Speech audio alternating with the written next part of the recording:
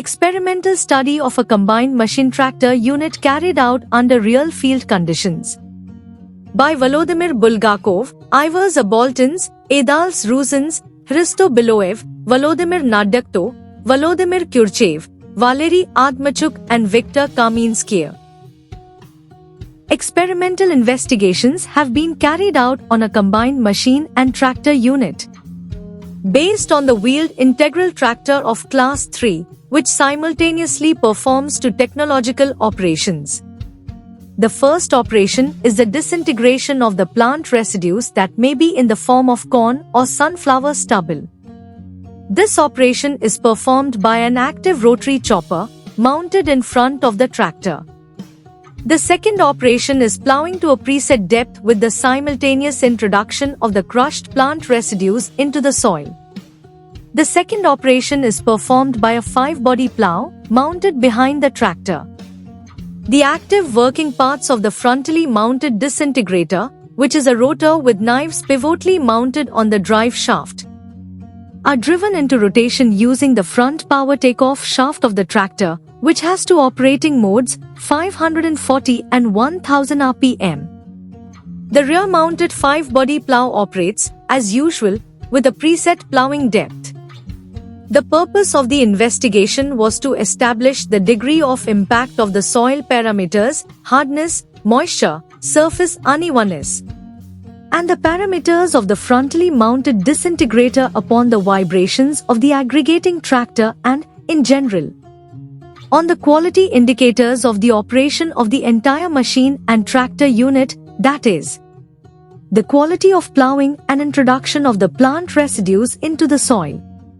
It has been established by experimental field studies that to reduce the dynamic load in the drive of the working parts of the crop residue disintegrator and to achieve high-quality disintegration of these residues with subsequent covering them with soil, the front power takeoff shaft of the tractor must be adjusted to a rotation speed of 1000 rpm.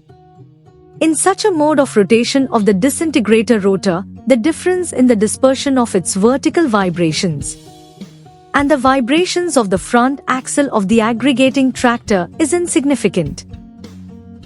It is no coincidence that the dispersion of fluctuations in the depth of plowing, 1.44 cm square, which changes aperiodically in the frequency range 0 to 0.5 Hz, is less than the dispersion of fluctuations in the unevenness of the longitudinal field profile, 2.75 cm square.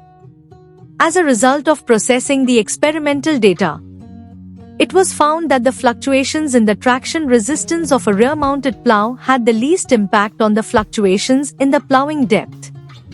This is evidenced by the small value of the cross-correlation function for such an oscillatory process as the plow traction resistance, the plowing depth. It was 0.22, which is 3.4 times less than for the oscillatory process, the longitudinal profile of the soil surface, the plowing depth. The number of crushed particles of the plant residues less than 15 cm in length increased by 1.5 times, and the number of particles more than 30 cm in length decreased by 3 times. Besides that, the complete introduction of the disintegrated plant residues into the soil was observed. As a result of the experimental investigation, their uncrushed part was quite insignificant and did not exceed 1%. The data, obtained from field experimental studies, showed positive results, which indicates the prospects of using such a combined machine and tractor unit.